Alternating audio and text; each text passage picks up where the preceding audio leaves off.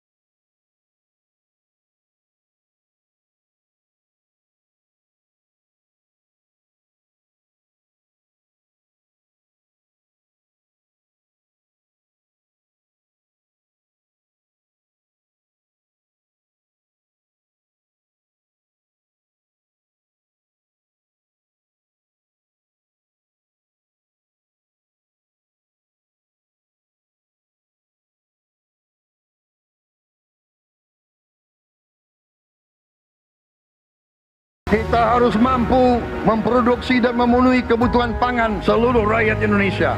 Kita akan swasembada pangan. Bahkan kita siap menjadi lumbung pangan dunia.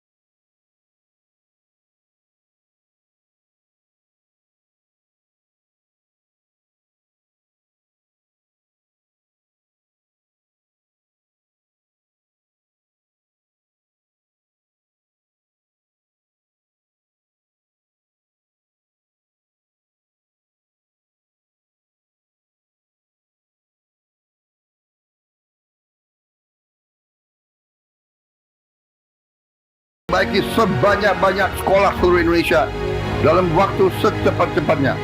Inilah yang saya sedang pikirkan terus bersama menteri-menteri saya. Dengan ini kita hendak memutus mata rantai kemiskinan. Anak orang mampu, anak orang miskin tidak boleh miskin. Katakanlah bapaknya sekarang pekerjaannya sangat sederhana, dia umpamanya tukang pemulung, anak dan cucunya tukang pemulung tidak boleh jadi tukang pemulung.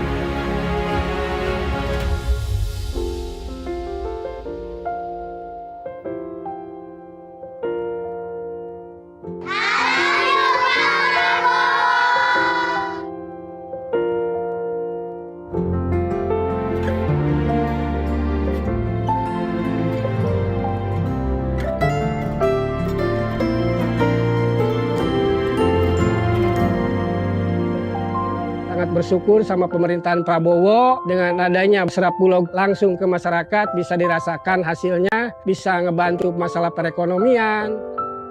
Buat Bapak Presiden Prabowo, terima kasih sudah buat sekolah rakyat, karena ini buat orang-orang gak mampu. Bapak Prabowo, berkah ya Pak ya, sehat terus. Saya cuma bisa mengucapkan terima kasih banyak. Saya yakin bantuan Bapak bisa bikin anak saya bisa mengejar mimpinya.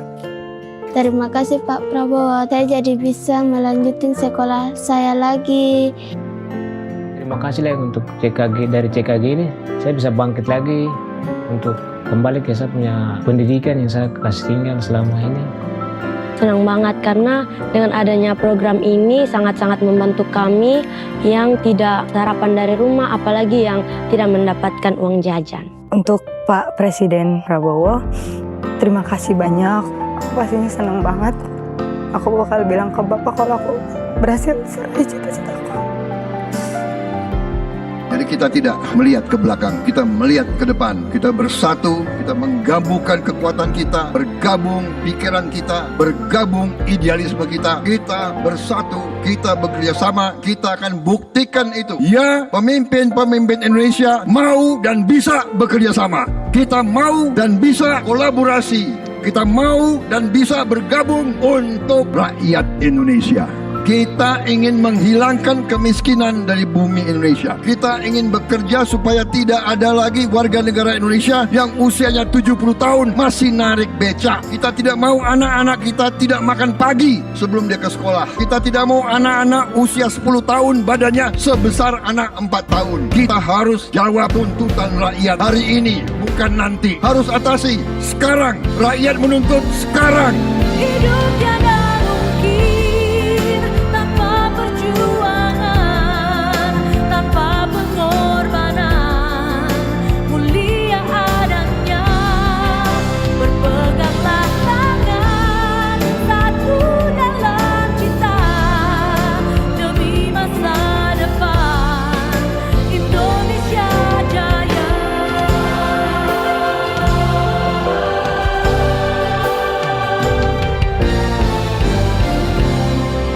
Indonesia Jaya.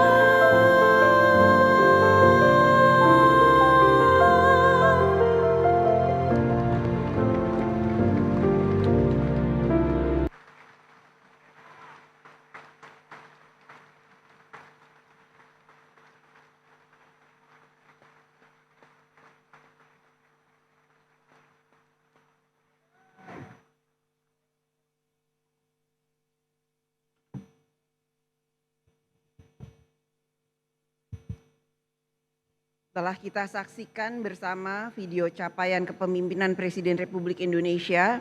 Selanjutnya kami mempersilahkan kepada Saudara Presiden Republik Indonesia untuk menyampaikan pidato tentang penyampaian laporan kinerja lembaga-lembaga negara dan pidato kenegaraan dalam rangka hari ulang tahun kemerdekaan 80 tahun Republik Indonesia tahun 2025.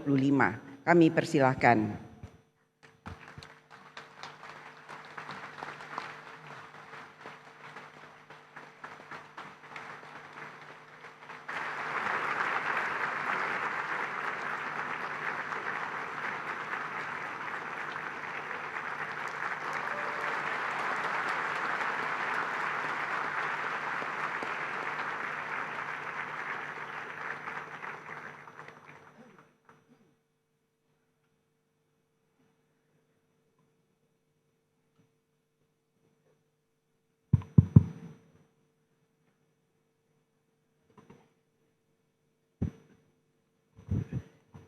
Bismillahirrahmanirrahim.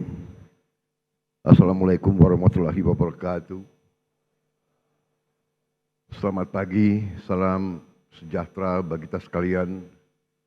Shalom, salve, Om Swastiastu. Salam kebajikan, rahayu, rahayu. Yang saya hormati, Saudara Wakil Presiden Republik Indonesia, Saudara Gibran Rakabuming Raka, beserta Ibu Selvi Ananda Putri. Presiden ke-6 Republik Indonesia, Jenderal TNI Purnawirawan Profesor Dr. Susilo Bambang Yudhoyono. Presiden Republik Indonesia ke-7, Bapak Insinyur Joko Widodo. Wakil Presiden Republik Indonesia ke-6, Jenderal TNI Purnawirawan Tri Sutrisno. Wakil Presiden ke-10 dan ke-12 Republik Indonesia, Bapak Muhammad Yusuf Kalla. Bapak Wakil Presiden ke-11 Republik Indonesia, Profesor Budiono. Wakil Presiden ke-13 Republik Indonesia, Profesor Kiai Haji Ma'ruf Amin. Ibu Sinta Nuriyah Abdurrahman Wahid, istri Presiden keempat Republik Indonesia. Ibu Soraya Hamzahas, istri Wakil Presiden ke-9 Republik Indonesia. Para pimpinan lembaga negara, Ketua Majelis Permusyawaratan Rakyat Republik Indonesia, Saudara Ahmad Muzani, beserta para mantan ketua, para wakil ketua, dan seluruh anggota MPR RI yang saya hormati. Ketua Dewan Perwakilan Rakyat Republik Indonesia, Saudari Puan Maharani, beserta para mantan ketua, para wakil ketua, dan seluruh anggota DPR RI yang hadir. Ketua Dewan Perwakilan Daerah Republik Indonesia, Saudara Sultan Bakhtiar Najamuddin, beserta para mantan ketua, para wakil ketua, dan anggota DPD RI yang saya hormati. Ketua Mahkamah Agung Republik Indonesia, Profesor Sunarto, yang saya hormati. Ketua Mahkamah Konstitusi Republik Indonesia, Saudara Suhartoyo, yang saya hormati. Ketua Komisi Yudisial Republik Indonesia, Profesor Amzulian Rifai, yang saya hormati. Ketua Badan Pemeriksa Keuangan Republik Indonesia, Saudari Isma Yatun. Para Menteri Koordinator, para Menteri, Kepala Badan, Pimpinan Lembaga, Jaksa Agung, Panglima TNI, Kapolri, Kepala BIN, serta seluruh anggota Kabinet Merah Putih yang saya hormati. Yang terhormat para pimpinan partai politik yang hadir. Partai PDI Perjuangan yang mewakili ketua umumnya,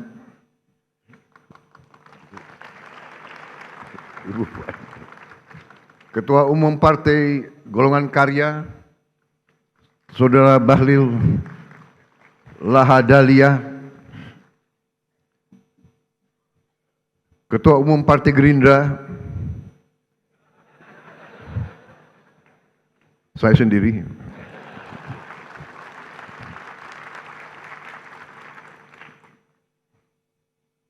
Saudara-saudara sekalian, Ketua Umum Partai Amanat Nasional, Saudara Zulkifli Hasan. Ketua Umum Partai Demokrat, Saudara Agus Harimurti Yudhoyono. Ketua Umum Partai Kebangkitan Bangsa, Saudara Abdul Muhaimin Iskandar. Presiden Partai Keadilan Sejahtera, Saudara Muzamil Yusuf. Ketua Umum Partai Nasional Demokrat, Saudara Surya Paloh. Para duta besar negara sahabat yang saya hormati. Para ketua Parlemen Negara Sahabat, Speaker of the House of Representatives from Malaysia, His Excellency Tan Sri Dato' Dr. Johari bin Abdul dari Parlemen Malaysia. Speaker of Legislative Council of Brunei, His Excellency Dato' Sri Setia Awang Haji Abdul Darussalam Rahman. Speaker of the Parliament of Singapore, His Excellency Mr. Sia Kian Peng. Speaker of the National Parliament of Timor-Leste, Her Excellency Miss Maria Fernanda Lai. Yang saya hormati dan saya banggakan rekan-rekan pers media dari dalam dan luar negeri, para tamu undangan yang saya hormati, para wakil-wakil rakyat yang hadir, saudara-saudara sekalian yang saya cintai seluruh rakyat Indonesia, sebangsa dan setanah air dimanapun engkau berada pada hari ini. Saudara-saudara sekalian yang saya hormati, pada tanggal 17 Agustus 2025,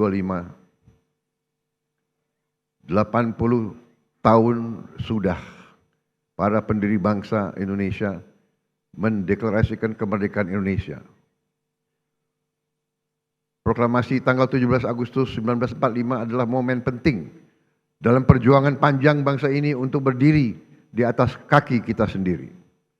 Setelah deklarasi kemerdekaan 17 Agustus 1945, bangsa kita berperang selama 5 tahun. Kita berperang merebut kemerdekaan dengan senjata dan dengan diplomasi, dengan semua kekuatan kita, hingga kedaulatan kita benar-benar dapat kita rebut dan diakui pada tahun 1949. Sejak itu, para pendahulu saya, Presiden Republik Indonesia pertama hingga Presiden Republik Indonesia yang ke-7, bekerja keras membangun bangsa Indonesia. Bekerja keras untuk mewujudkan bangsa yang adil dan makmur.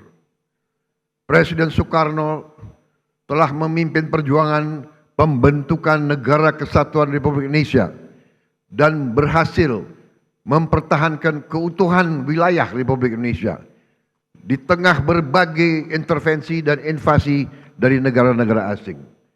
Presiden Soekarno juga berhasil mengintegrasikan Irian Barat ke dalam NKRI. Presiden Soeharto melaksanakan pembangunan ekonomi yang merata dari Sabang sampai Merauke, berhasil mewujudkan swasembada pangan dan meletakkan dasar-dasar industrialisasi ekonomi dan menurunkan kemiskinan ekstrim. Presiden Habibie mengenalkan kita ke arah teknologi tinggi, mampu menjaga stabilitas ekonomi di tengah krisis multidimensi tahun 1998. Presiden Abdurrahman Wahid menjaga stabilitas bangsa, berhasil memperkokoh kerukunan antara suku, agama, dan ras, sehingga jati diri bangsa Indonesia sebagai bangsa majemuk dalam keharmonisan terbentuk secara kuat dan kokoh. Presiden Megawati menyelesaikan proses pemulihan ekonomi akibat krisis ekonomi dan moneter yang berkepanjangan, menyelesaikan ribuan kasus perusahaan-perusahaan yang kolaps akibat krisis moneter 1998, dan melaksanakan pemilihan umum secara langsung untuk pertama kalinya, serta memperkuat lembaga-lembaga negara. Presiden Susilo Bambang Yudhoyono mengatasi kerawanan ekonomi karena krisis keuangan dunia 2008, berhasil menyelesaikan konflik Aceh dan meletakkan dasar yang kuat untuk pembangunan ekonomi yang adil, merata, dan terencana.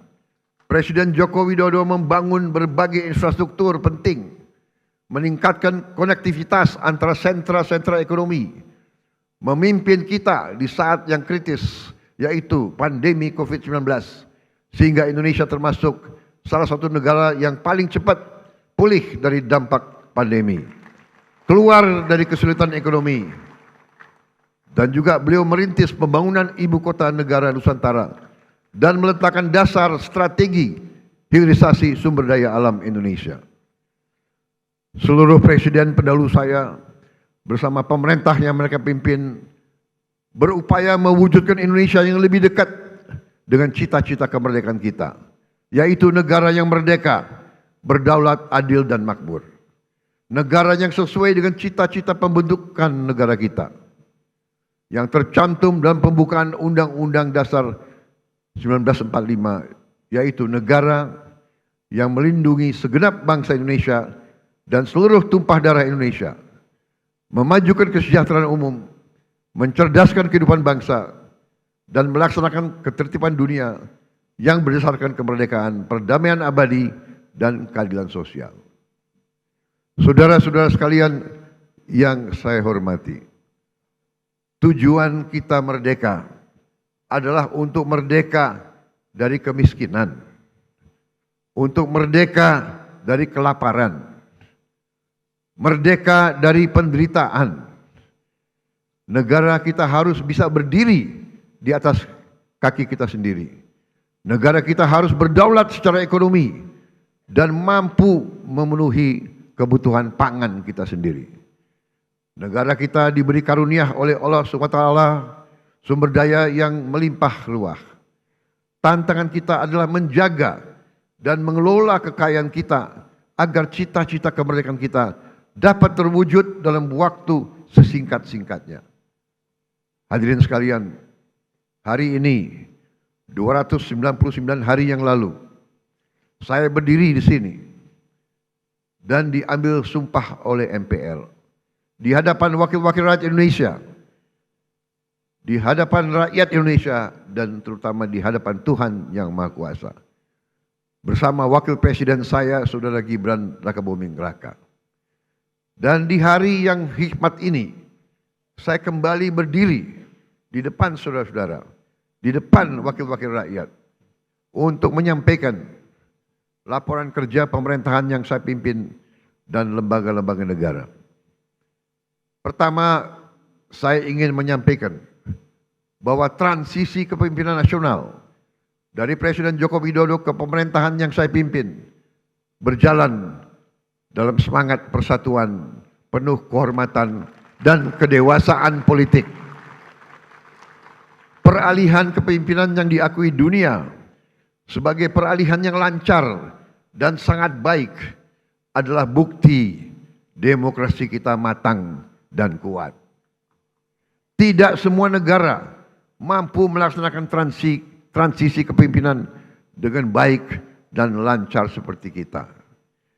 Di mana-mana ketika saya berada di luar negeri, banyak pemimpin negara sahabat bertanya kepada saya, "How did you do it? How did Indonesia manage?"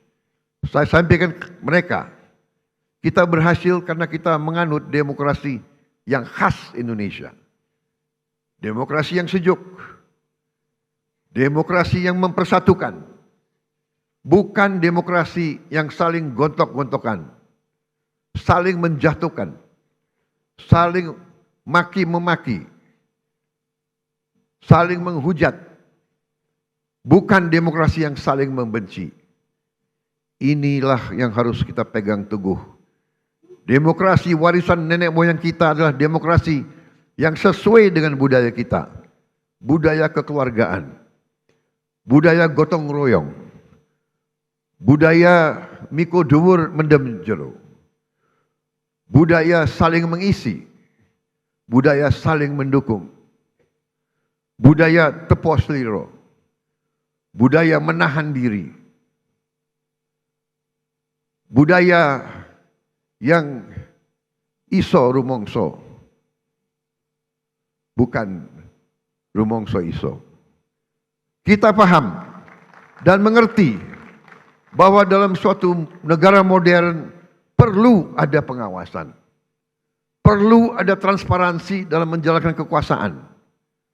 Kita paham sejarah umat manusia. Jika ada kekuasaan yang tidak diawasi, maka kekuasaan akan menjadi korup. Kekuasaan yang absolut akan menjadi korup secara absolut. Kita paham bahwa korupsi adalah masalah besar di bangsa kita. Perilaku korupsi ada di setiap eselon birokrasi kita.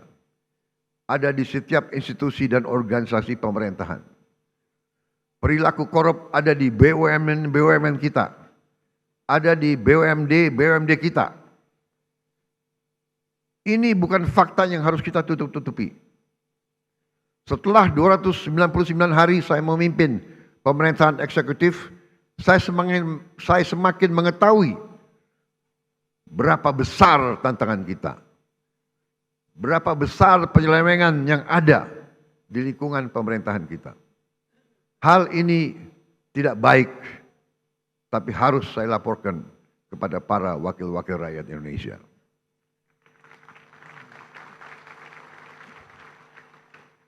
Dalam pidato pelantikan saya di sini, saya sampaikan, bangsa Indonesia harus berani melihat kekurangan-kekurangan sendiri. harus berani melihat kesalahan-kesalahan kita sendiri, harus berani melihat penyakit-penyakit yang ada di tubuh kita, agar kita bisa perbaiki kekurangan-kekurangan tersebut. Tanpa mau mengakui, tidak mungkin kita mampu memperbaiki. Saya disumpah untuk melaksanakan perintah Undang-Undang Dasar Republik kita.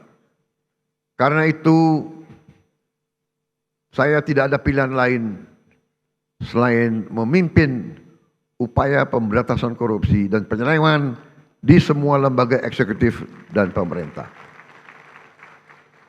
Itulah sebabnya pada awal tahun 2025 ini kami telah identifikasi dan telah selamatkan 300 triliun uang, 300 triliun rupiah dari APBN yang kami lihat rawan diselewengkan. Di antaranya anggaran perjalanan dinas luar dan dalam negeri yang begitu besar, anggaran alat tulis kantor yang begitu besar, dan berbagai anggaran yang selama ini jadi sumber korupsi dan sumber bacaan. Efisiensi ini diperintah oleh Undang-Undang Dasar kita, yaitu ayat 4 pasal 33 Undang-Undang Dasar Negara Republik Indonesia. 300 triliun rupiah kami geser untuk hal-hal yang lebih produktif dan langsung bisa dirasakan rakyat banyak. Majelis yang terhormat, sebagai Presiden Republik Indonesia, saya bertanggung jawab atas pemerintahan eksekutif. Saya berkewajiban menegakkan hukum demi keselamatan bangsa.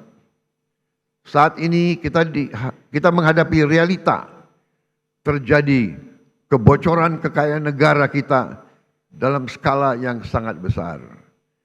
Kita mengalami suatu kondisi yang saya sebut net outflow of national wealth. Janganlah kita menghabiskan tenaga kita untuk mencari siapa yang salah. Kita tidak ada waktu. Kita tidak punya cukup energi untuk mencari kesalahan orang. Pemerintah yang saya pimpin harus memusatkan diri untuk mencari solusi yang tepat dan cepat atas masalah pokok ini. Ibarat sebuah badan, kalau darahnya terus mengalir keluar, maka pada suatu titik badan itu akan mati. Kalau mengalirnya kekayaan kita ke luar negeri, kita biarkan terus-menerus, kita berpotensi jadi negara gagal. Karena itu saya berkewajiban untuk mengambil langkah-langkah yang perlu, walaupun itu sulit dan juga tidak populer bagi pihak-pihak tertentu. Saya harus mengambil langkah-langkah untuk menyelamatkan kekayaan negara agar bisa digunakan untuk kepentingan bangsa kita di hari ini dan di hari esok. Untuk kepentingan generasi sekarang dan generasi mendatang. Terus terang saya katakan di sini di hadapan saudara-saudara sekalian, kalau kita konsekuen menjalankan apa yang telah dibuat oleh para pendiri bangsa kita, oleh Bung Karno, Bung Hatta, Bung Syahrir, Haji Agus Salim, tokoh-tokoh generasi 45, yaitu rancang bangun, blueprint negara, bagaimana negara harus dijalankan, yang semua sudah tertuang dalam Undang-Undang Dasar 1945, saya yakin bangsa kita akan selamat. Undang-Undang Dasar 1945 harus kita pelajari.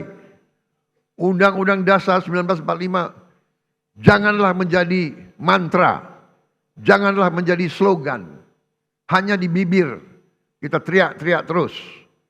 Undang-Undang Dasar 1945 adalah rancang bangun yang relevan, rancang bangun yang ampuh, rancang bangun yang nyata, dan rancang bangun yang operasional untuk kita gunakan.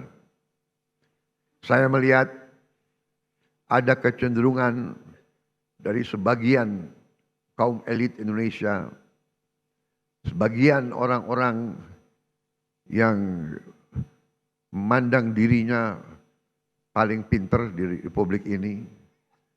Mereka memandang bahwa pemikiran Bung Karno, pemikiran Bung Hatta, pemikiran generasi 45 tidak relevan lagi di zaman sekarang.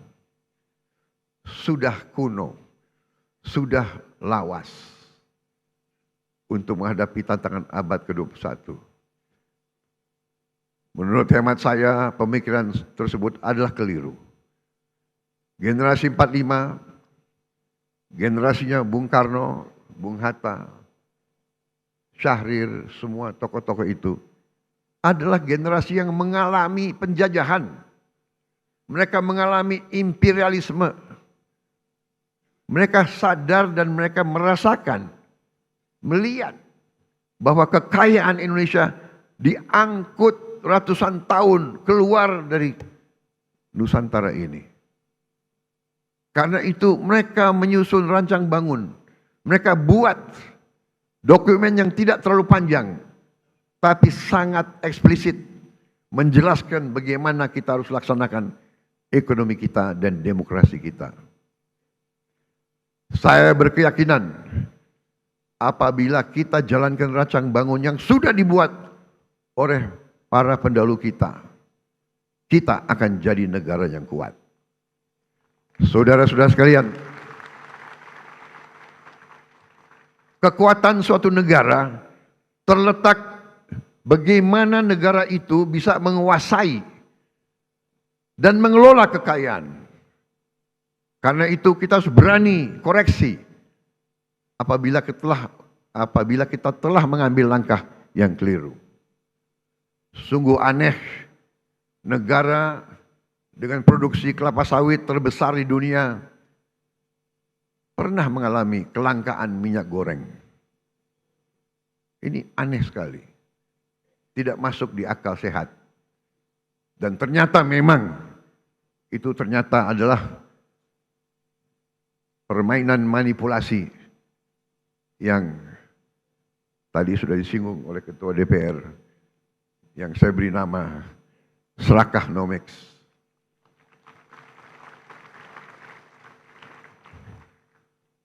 Negara produsen kelapa sawit terbesar di dunia berminggu-minggu, hampir berapa bulan kelapa sawit langka.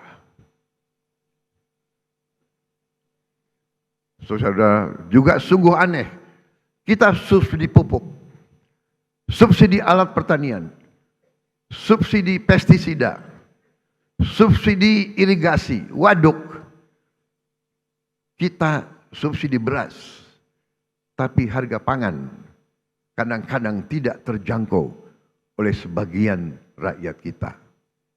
Keanehan-keanehan ini bisa terjadi karena ada distorsi dalam sistem ekonomi kita. Adalah penyimpangan bahwa sistem ekonomi yang diamanatkan oleh Undang-Undang Dasar 1945, terutama di pasal 33 ayat 1, 2, dan 3, telah kita abaikan. Seolah-olah ayat-ayat dalam pasal itu tidak relevan dalam kehidupan kita yang modern di abad ke-21 ini. Saudara-saudara sekalian, setelah saya pelajari secara mendalam, saya berkeyakinan Undang-Undang Dasar kita, terutama pasal-pasal yang saya sebut pasal-pasal pengaman, seperti pasal 33 ayat 1, 2, 3, dan 4, adalah benteng pertahanan ekonomi kita. Ayat 1, perekonomian disusun sebagai usaha bersama berdasar atas azas kekeluargaan. Azas kekeluargaan, bukan azas konglomerasi.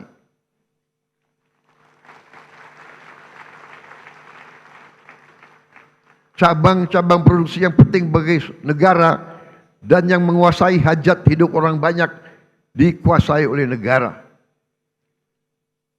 Saudara-saudara sekalian, saya ingin bertanya, apakah beras itu penting bagi negara atau tidak? Menguasai atau tidak hajat hidup orang banyak? Apakah penggilingan padi itu penting bagi negara? Apakah penggilingan padi itu hajat hidup orang banyak? Tapi ada sementara, tidak semua, saya harus fair, ada sementara pengusaha-pengusaha yang justru memanfaatkan kekuatan mereka, kekuatan modal mereka untuk dominasi dan manipulasi kehidupan rakyat, dan ini tidak bisa kita terima.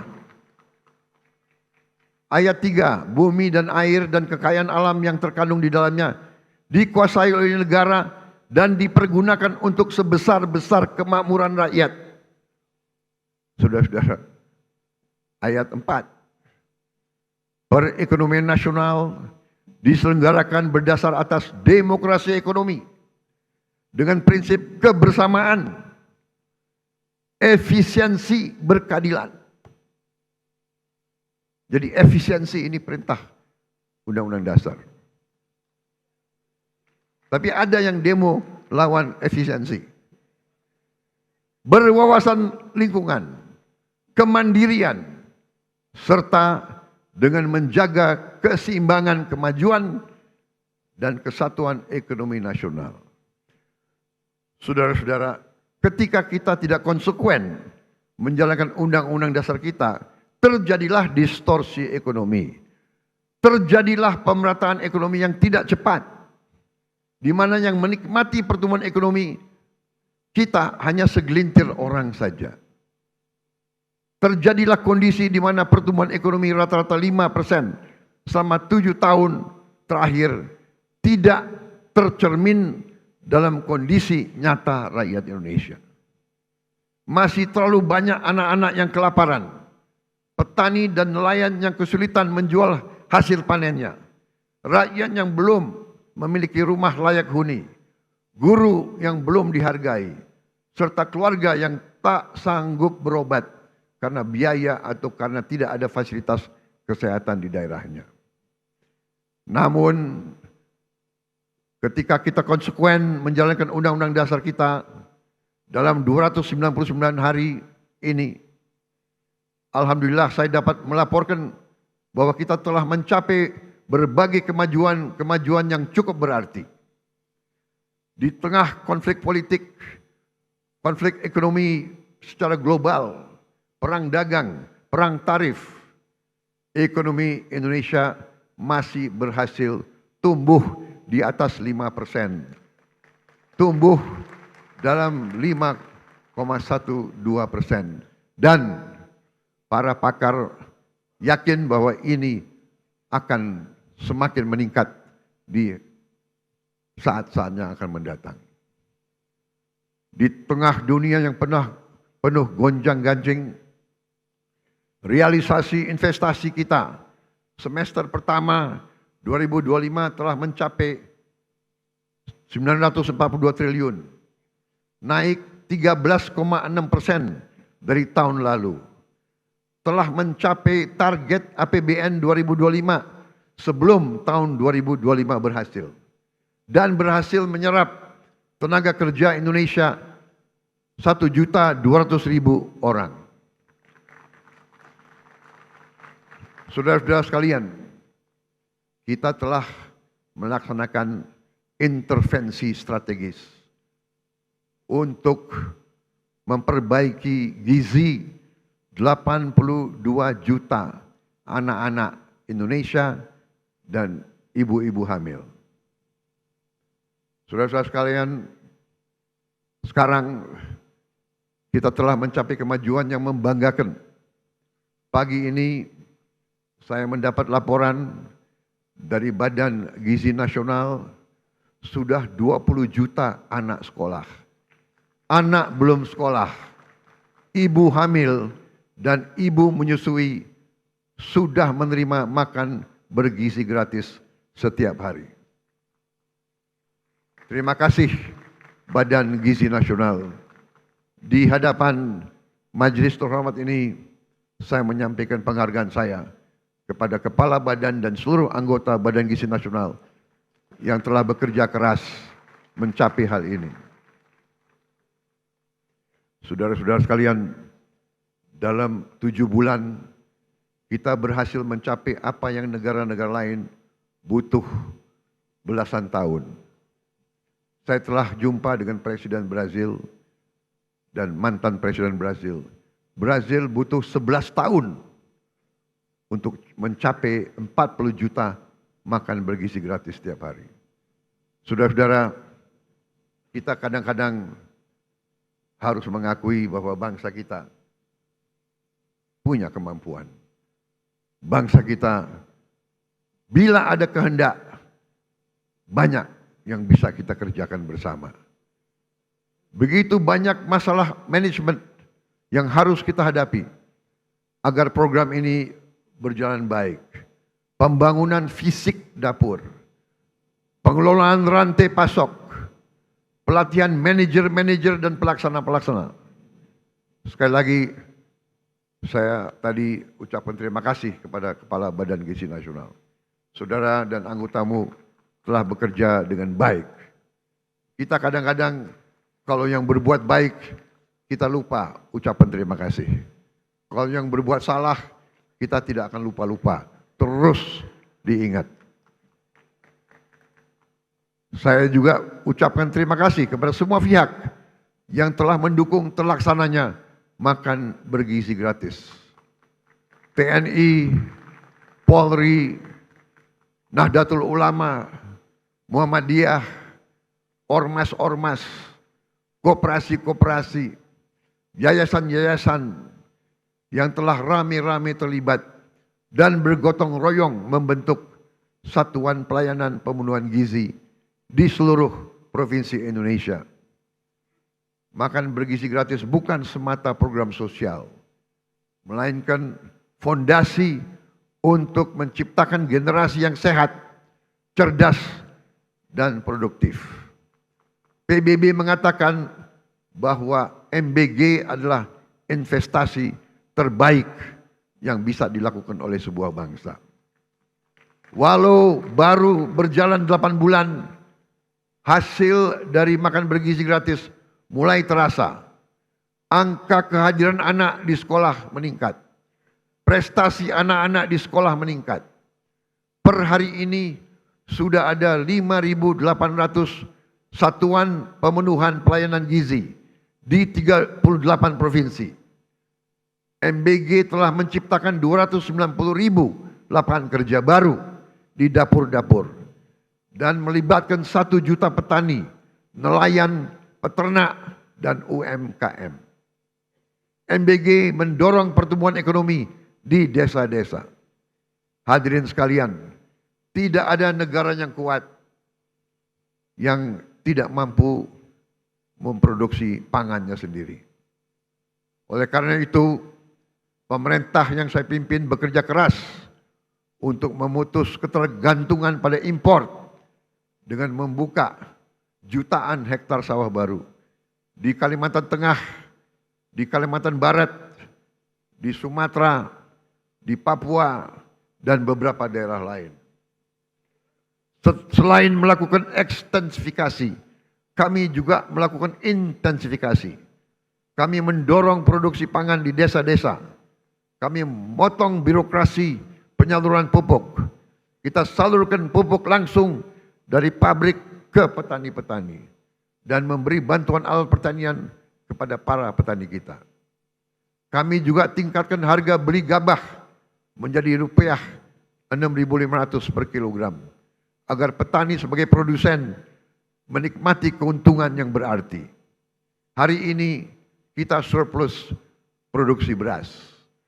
Stok cadangan beras nasional kita hari ini lebih dari 4 juta ton. Ini adalah tertinggi selama sejarah NKRI. Untuk pertama kali dalam puluhan tahun Indonesia bisa kembali mengekspor beras dan jagung. Saya perhatikan di mana-mana para petani tersenyum karena harga gabah stabil dan penghasilan mereka meningkat. Untuk melindungi konsumen Indonesia, pemerintah yang saya pimpin akan selalu mewaspadai kecurangan-kecurangan, manipulasi, penipuan, upaya penimbunan, dan menahan distribusi bahan pangan. Pemerintah yang saya pimpin tidak akan ragu-ragu. Kami akan selalu tegas pada mereka yang melanggar aturan. Mereka yang mempersulit kehidupan rakyat, mereka yang cari keuntungan gila-gilaan di atas penderitaan orang kecil.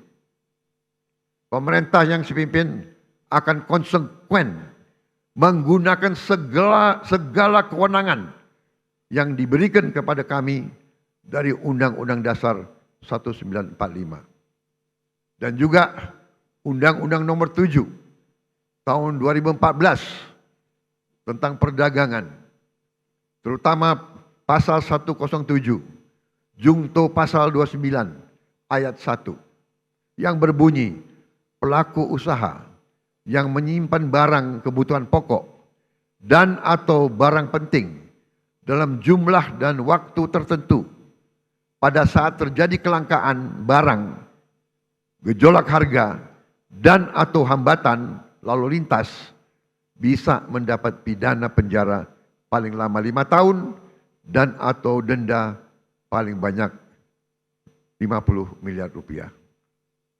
Hadirin sekalian, saya pastikan perusahaan-perusahaan siapapun yang berani manipulasi dan melanggar, kami akan proses hukum. Dan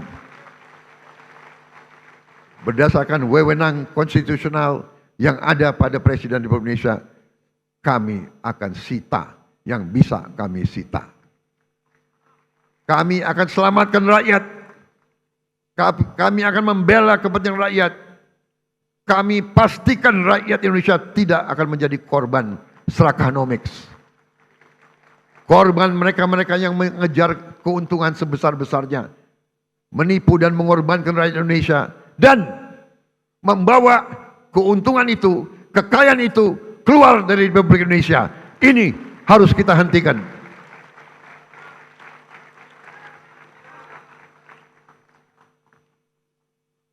Selama saya menjabat Presiden Republik Indonesia, jangan pernah anggap yang besar dan yang kaya bisa bertindak seenaknya.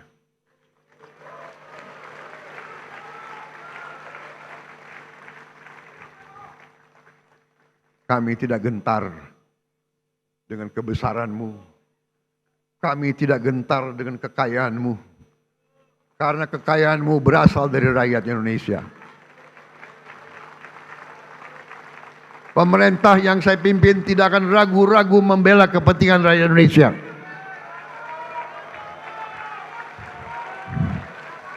Kita akan gunakan Undang-Undang Dasar 1945 pasal 33 yang sudah sangat jelas cabang-cabang produksi yang penting bagi negara dan yang menguasai hajat hidup orang banyak dikuasai oleh negara. Ini warisan Bung Karno, ini warisan Bung Hatta, ini warisan Bung Syahrir. Saya yakin mereka berada di atas kebenaran.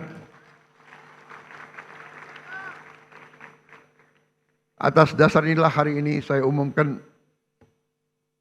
setelah pertimbangan cermat oleh pemerintah untuk melindungi hak rakyat mendapatkan beras yang tepat. Tepat takaran, tepat kualitas, harga terjangkau, dan usaha penggilingan beras skala besar harus mendapat izin khusus dari pemerintah. Kalau mereka masih mau bergerak di bidang ini. Kalau tidak, yang besar silahkanlah pindah ke bidang lain. Jangan main di atas kebutuhan dasar rakyat Indonesia.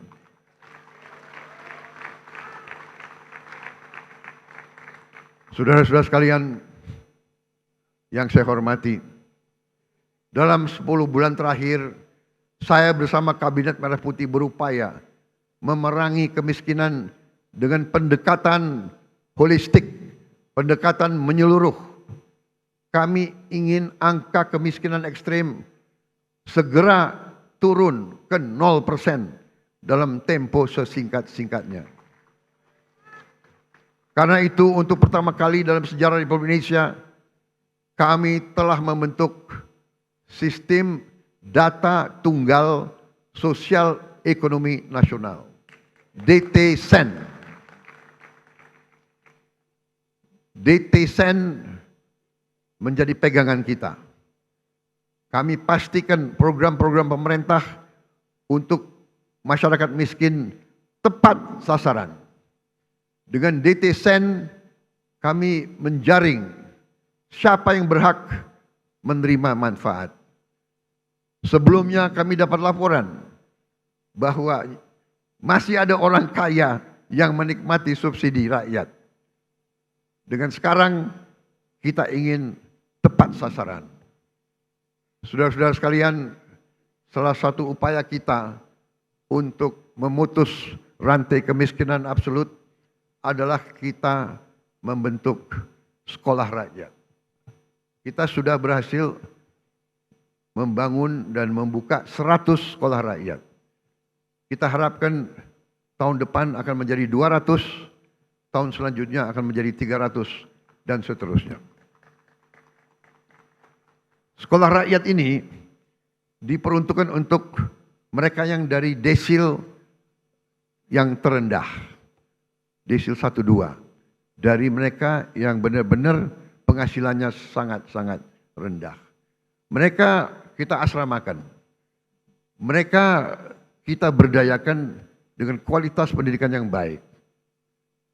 Ini adalah untuk memutus rantai kemiskinan. Anak-anak yang miskin, kalau orang tuanya miskin, mereka tidak perlu untuk terus miskin. Ini yang kita telah upayakan dan ini sedang kita kerjakan sekarang. Bagaimana dengan sekolah-sekolah lain? Kita telah juga membentuk sekolah unggulan. Kita telah membangun dan akan membangun dan selesaikan sekolah unggulan untuk mengejar ketertinggalan kita di bidang sains dan teknologi. Kita bentuk sekolah unggul Garuda, rencananya 20, dan akan ada 80 sekolah unggul Garuda transformasi. Sekolah-sekolah yang sudah ada ikut dalam program ini. Dan kami juga akan menambah SMA Taruna Nusantara terintegrasi di seluruh pelosok negeri. Tahun ini kita juga akan menambah fakultas-fakultas kedokteran di seluruh Indonesia. Kita ketinggalan dalam menghasilkan dokter-dokter dan dokter gigi. Saudara-saudara sekalian, pendidikan sangat penting. Kita juga akan renovasi lebih dari 13.000 sekolah dan 1.400 madrasah. Dan ini masih jauh kurang dari yang kita inginkan. Tapi tahun ini adalah permulaan, tahun depan kita akan cari uang untuk menambah hal ini. Juga untuk mengejar ketertinggalan kita, tahun ini kita akan sebarkan 288.000 layar pinter, smart platform, smart TV yang akan kami distribusi ke sekolah-sekolah hingga pelosok-pelosok. Agar anak-anak di desa tertinggal yang tidak ada guru yang bagus bisa dapat mengikuti pelajaran dari guru-guru terbaik yang mengajar secara virtual. Untuk mencetak pemimpin-pemimpin nasional di masa depan, kami juga telah mencanangkan tadi yang saya sebut 20 sekolah unggul Garuda dan 80 sekolah unggul Garuda Transformasi. Saudara-saudara sekalian, kita juga membangun SMA Taruna Nusantara terintegrasi di seluruh pelosok negeri. Untuk mengatasi kekurangan dokter dan dokter spesialis tahun ini akan dibuka 148 prodi di 57 fakultas kedokteran di seluruh Indonesia. Terdiri dari 125 prodi spesialis dan 23 prodi subspesialis. Kita juga akan tambahkan 25 prodi umum dan prodi gigi, serta meningkatkan kuota mahasiswa kedokteran yang mendapat beasiswa. Saudara-saudara sekalian, untuk mengatasi perputaran uang yang terkonsentrasi di ibu kota dan kota-kota besar, kami dirikan 80.000 koperasi desa dan koperasi kelurahan merah putih. Koperasi di setiap desa akan meningkatkan ekonomi desa dan menciptakan jutaan lapangan kerja. Koperasi desa kelurahan juga akan meringankan beban hidup masyarakat kita dengan menjual beras murah, minyak goreng murah, LPG bersubsidi, pupuk bersubsidi sesuai dengan harga jual. Kita juga akan membuat rakyat bisa punya akses kepada protein, kepada ikan dan daging dalam harga yang terjangkau. Untuk mempercepat investasi di hilirisasi sumber daya alam dan berbagai bidang strategis, untuk membuka lapangan kerja berkualitas, kami bersama DPR RI telah membentuk apa yang kita sebut Badan Pengelola Investasi Danantara Indonesia. Danantara adalah lembaga pengelola investasi dengan aset dalam pengelolaan lebih dari 1 triliun US dollar. Danantara akan ciptakan jutaan lapangan kerja berkualitas, terutama di bidang hilirisasi. Alhamdulillah, hari ini tingkat pengangguran nasional berhasil turun ke level terendah sejak krisis 1998. Hadirin sekalian, kami juga membangun sistem kesehatan yang lebih adil dan merata. Cek kesehatan gratis telah digunakan hari ini oleh lebih dari 18 juta warga. 66 rumah sakit di 66 kabupaten sedang kami tingkatkan kelasnya. Kawasan ekonomi khusus Sanur kami hadirkan sebagai pusat pelayanan medis bertaraf internasional agar orang Indonesia tidak harus berobat ke luar negeri. Kami tegakkan kedaulatan Indonesia di panggung dunia. Kami putuskan Indonesia bergabung dengan BRICS. Indonesia juga diundang di mana-mana menjadi kehormatan dalam perayaan kemerdekaan India dan perayaan Hari Nasional Prancis.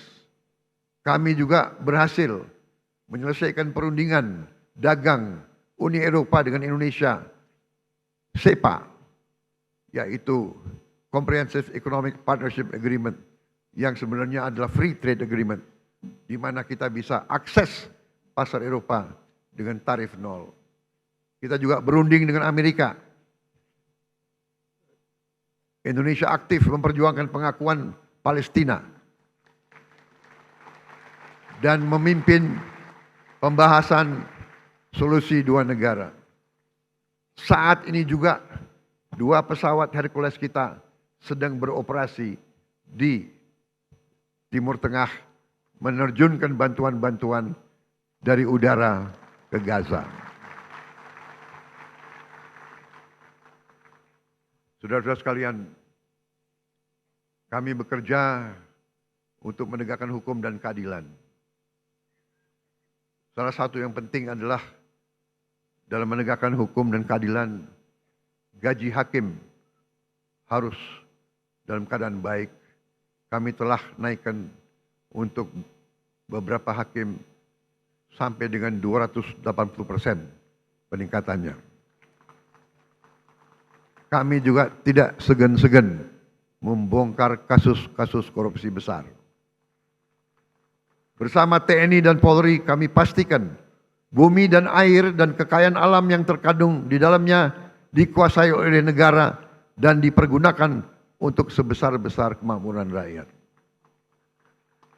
Saudara-saudara sekalian, beberapa saat yang lalu, beberapa tahun yang lalu, kita mendapat laporan ada ribuan, ada jutaan perkebunan kelapa sawit yang melanggar hukum, yang menyimpang regulasi. Ada yang membuat perkebunan di hutan lindung. Ada yang tidak melaporkan luasnya perkebunan mereka. Ada yang dipanggil BPKP tidak mau datang. Kami terbitkan Peraturan Presiden nomor 5 tahun 2025 tentang penertiban kawasan hutan. Dan pada hari ini saya melaporkan di majelis ini bahwa pemerintah Republik Indonesia sudah menguasai kembali 3,1 juta hektar dari potensi 5 juta hektar lahan sawit yang dilaporkan melanggar aturan, tapi kita belum verifikasi. Yang sudah jelas kita verifikasi melanggar aturan adalah 3,7 juta hektar, dan dari 3,7 juta hektar, 3,1 juta sudah dikuasai kembali. Saudara-saudara sekalian, perlu saya laporkan juga di sini bahwa ada keputusan pengadilan yang sudah ingkrah 18 tahun yang lalu yang memerintahkan ada kebun-kebun kelapa sawit yang harus disita, tapi tidak ada penegak hukum waktu itu yang mau melaksanakannya. Saya tidak tahu kenapa. Tapi saya telah perintahkan dikuasai kembali oleh negara, dan untuk itu kita telah menggunakan pasukan-pasukan TNI untuk mengawal tim-tim yang menguasai kebun-kebun tersebut. Karena sering terjadi perlawanan, berani-berani melawan pemerintah NKRI, ya kita hadapi, saudara-saudara sekalian. Setelah ini kita akan tertibkan juga tambang-tambang yang melanggar aturan. Saya telah diberi laporan oleh aparat-aparat bahwa terdapat 1063 tambang ilegal. Dan potensi kekayaan yang dihasilkan oleh 1063 tambang ilegal ini dilaporkan potensi kerugian negara adalah minimal 300 triliun. Saudara-saudara sekalian,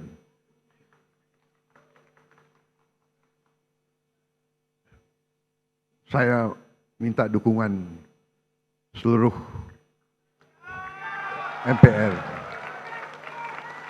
Saya minta dukungan seluruh partai politik untuk mendukung ini demi rakyat kita, saudara-saudara sekalian.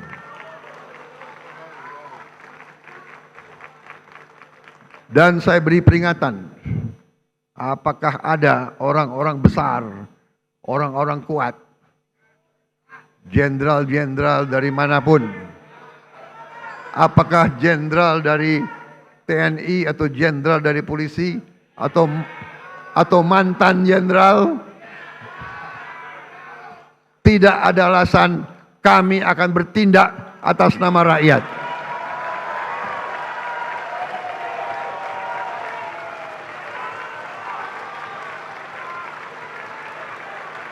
Dan sebagai sesama pimpinan partai, saya ingatkan anggota-anggota semua partai, termasuk partai saya Gerindra, cepat-cepat kalau ada terlibat, Anda jadi justice collaborator. Anda laporan aja, karena walaupun kau Gerindra, tidak akan saya lindungi, saudara-saudara sekalian. Kalau ada yang berani, ya, saya telah perintahkan Panglima TNI dan Kapolri, kalau Anda mau ke provinsi ini, pakai pasukan dari provinsi lain. Jangan-jangan ada anak buahmu di kebun-kebun itu. Saudara-saudara wakil rakyat, saudara tahu keadaan yang sebenarnya. Benar?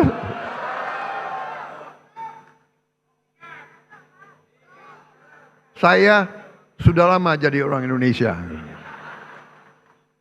Segala ulah, apalagi saya ini senior mantan tentara. Jadi junior-junior itu jangan macam-macam ya. Aku tahu. Kalau rakyat yang nambang, ya sudah, kita bikin koperasi. Kita legalkan. Kita atur, kita legalkan, ya. Tapi jangan alasan rakyat tahu-tahu nyelundup. Nyelundup ratusan triliun nyelundup. Saudara-saudara sekalian, harus hitung waktu ini. Dengan kondisi geopolitik yang semakin tidak menentu, Indonesia harus punya pertahanan yang kuat untuk menjaga kekayaan kita. Untuk itu tahun ini kita bentuk 6 komando daerah militer baru, 14 komando daerah angkatan laut, 3 komando daerah angkatan udara, 1 komando operasi udara, 6 grup komando pasukan khusus, 20 brigade teritorial pembangunan, 1 brigade infanteri marinir, 1 resimen korps pasukan gerak cepat, 100 batalion teritorial pembangunan, 5 batalion infanteri marinir dan 5 batalion komando korps pasukan gerak cepat. Langkah ini sejalan dengan doktrin pertahanan kita, pertahanan dan keamanan rakyat semesta, SIS Hankam Rata, di mana seluruh warga negara dan sumber daya nasional didaya gunakan secara total untuk kepentingan pertahanan dan keamanan kita. Saudara-saudara sekalian, kita faham bahwa perang itu destruktif. Kita tidak mau perang, kita harus hindari perang. Karena itu, politik luar negeri yang saya jalankan dan saya umumkan adalah politik 1000 kawan terlalu sedikit, 1 lawan terlalu banyak. Kami tetap pada garis non-blok, garis non-aligned. Kami tidak akan berpihak kepada blok manapun. Ini yang kami sampaikan di mana-mana. Bebas aktif. Kita ingin damai dengan semua orang. Kami terutama dengan tetangga-tetangga kita. Kita ingin selesaikan semua masalah. Ada masalah, kadang-kadang masalah garis perbatasan. Masalah ini adalah warisan dari kolonialis, warisan dari penjajah. Belanda datang dengan Inggris, dia bikin garis seenak jidatnya, dia bikin garis itu. Yang repot kita sekarang, ya kan? Kita mau ditabrakan sama Malaysia. Kita sahabat sama Malaysia. Kita satu rumpun. Tapi selalu politik divida et impera itu selalu ada. Janganlah kita naif. Janganlah kita terus-menerus mau diadu domba. Saudara sekalian, setiap elemen negara Indonesia, marilah kita bekerja keras agar setiap anak Indonesia berangkat ke sekolah dan mendapat makan yang baik. Kita ingin petani, nelayan kita kembali bangga menjadi tulang punggung bangsa, menjadi produsen makanan. Hidup petani dan nelayan kita harus baik, harus bagus. Untuk itu kita akan bangun dalam waktu yang secepat ini, tahun ini juga kita harus mulai 1.100 desa nelayan. Tiap desa nelayan terdiri dari 2.000, kurang lebih 2.000 kepala keluarga. Berarti di situ akan hidup 2 juta kepala keluarga.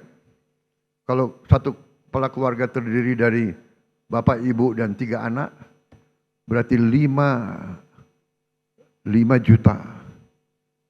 10 juta orang akan hidup dengan baik. Ini akan kita wujudkan dalam waktu dekat. Mereka juga akan membayar kembali investasi kita. Jadi ini bukan BLT, ini bukan bagi-bagi uang. Kita pinjemin uang, mereka akan bayar cicil kembali kepada pemerintah. Jadi karena mereka akan menghasilkan nilai. Kita ingin guru-guru kita semangat mengajar karena dihargai. Kita ingin rakyat kecil bisa tersenyum karena tidak lagi takut sakit, tidak takut lapar, dan tidak takut anaknya tidak bisa sekolah. Dan kita harus cari lapangan kerja yang sebesar-besarnya dan sebanyak-banyaknya. Tujuan kita, tujuan kemerdekaan adalah yen wong cilik iso gemuyu. Saudara-saudara sekalian, untuk itu saya memberi apresiasi kepada lembaga-lembaga negara atas kinerja mereka dalam menjalankan roda negara.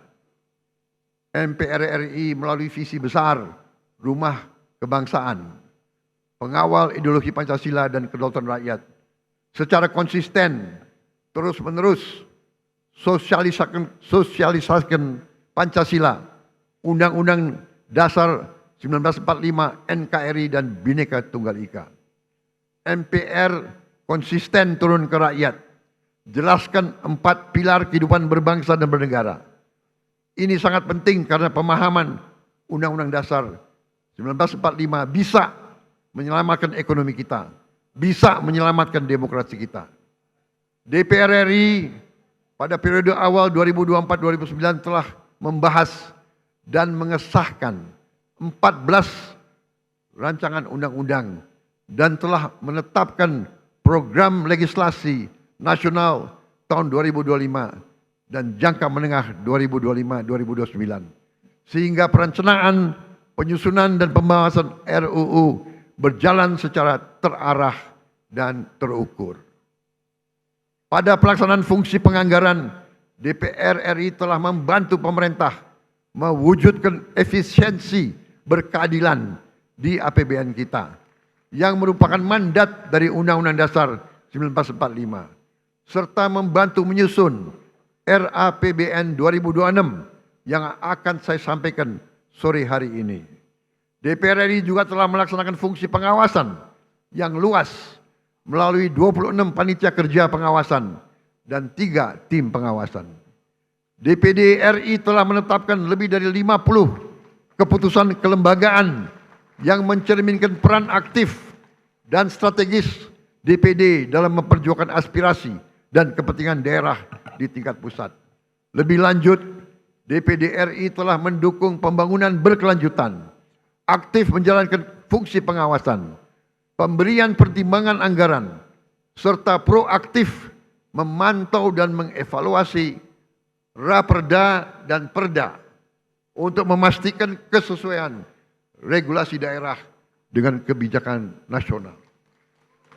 BPK RI telah membuktikan integritasnya dan independensinya dalam pemeriksaan, pengelolaan, dan tanggung jawab keuangan negara.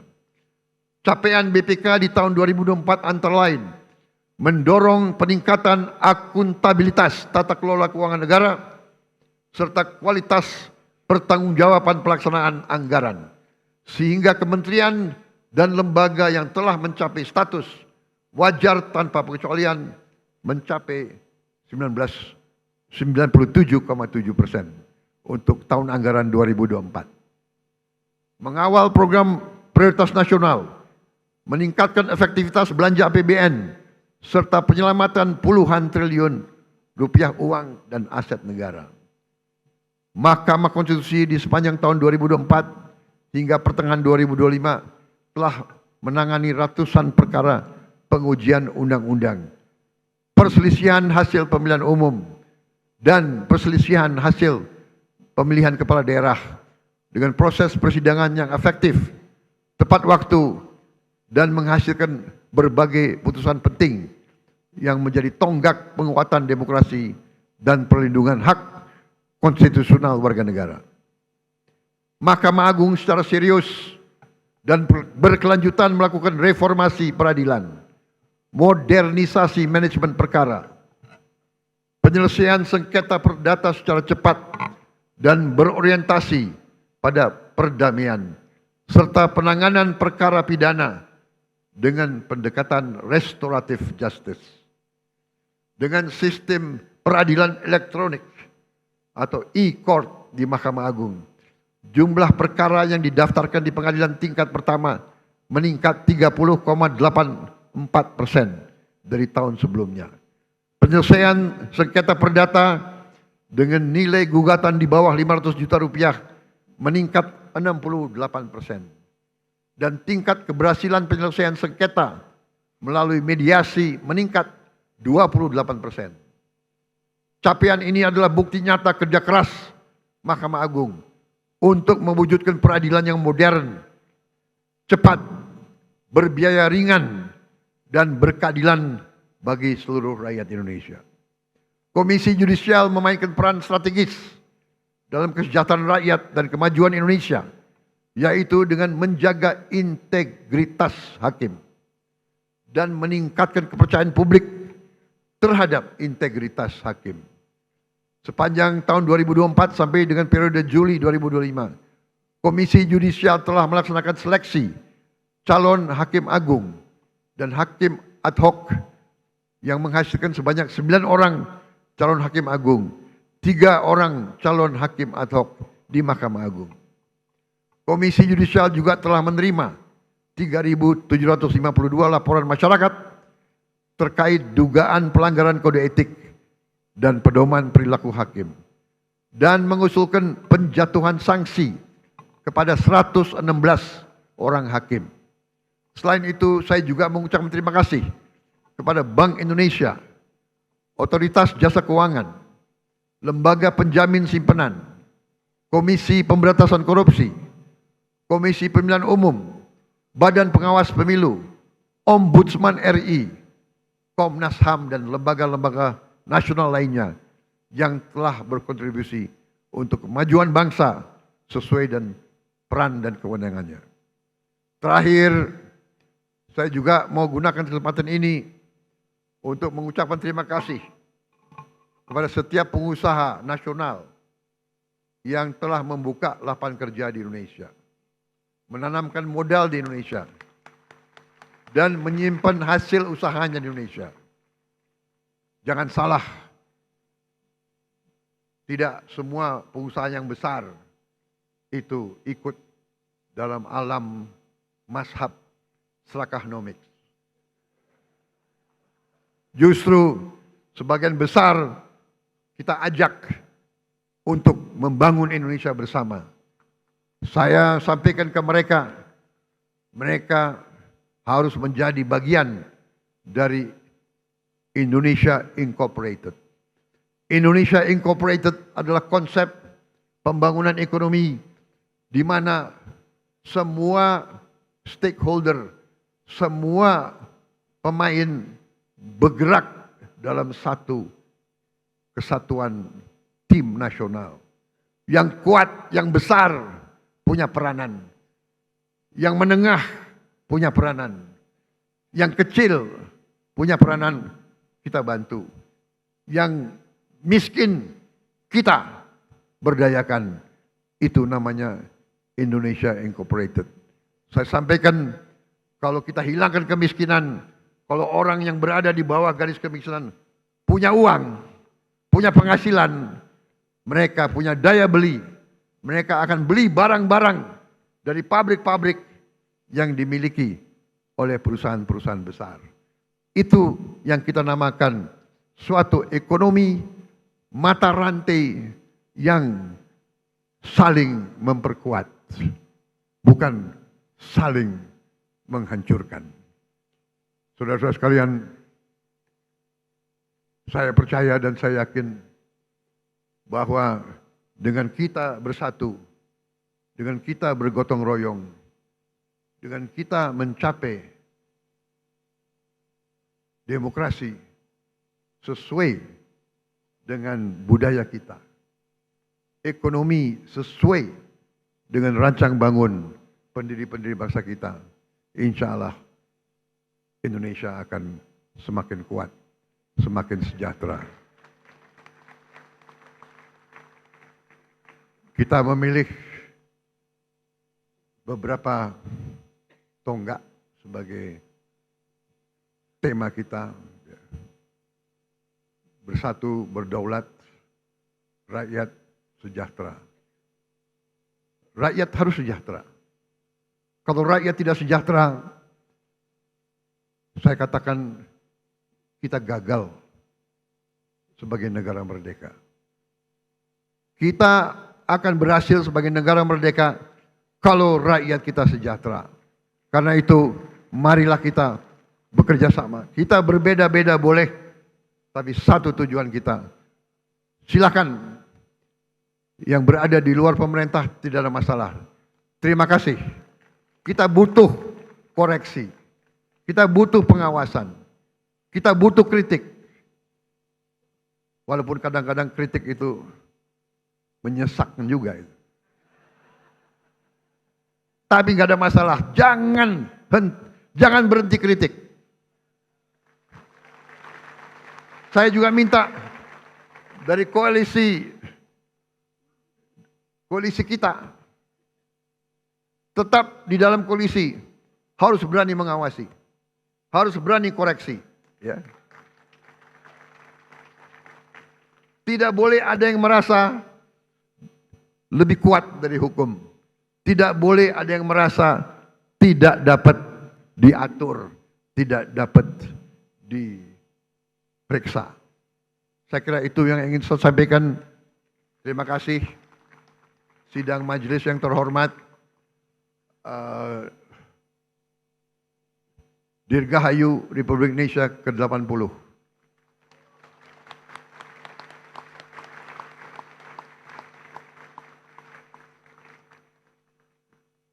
Mungkin inilah tandanya bahwa demokrasi kita kuat, karena saya adalah Presiden ke-8 Republik Indonesia yang akan memimpin perayaan Hari Kemerdekaan yang ke-8 dasawarsa.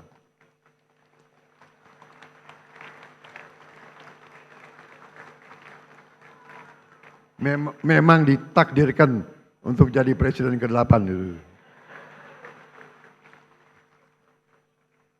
Dan saya adalah bukti bahwa demokrasi kita berjalan. Karena saya ikut pemilu 5 kali.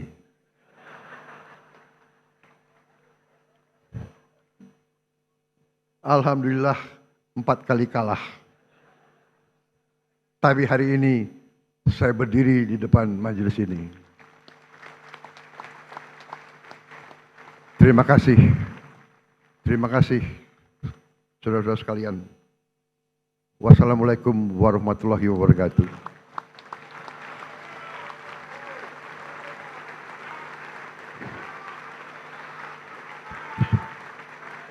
Shalom, salve, Om, Santi, Santi, Santi, Om. Merdeka! Merdeka! Merdeka! Terima kasih, selesai.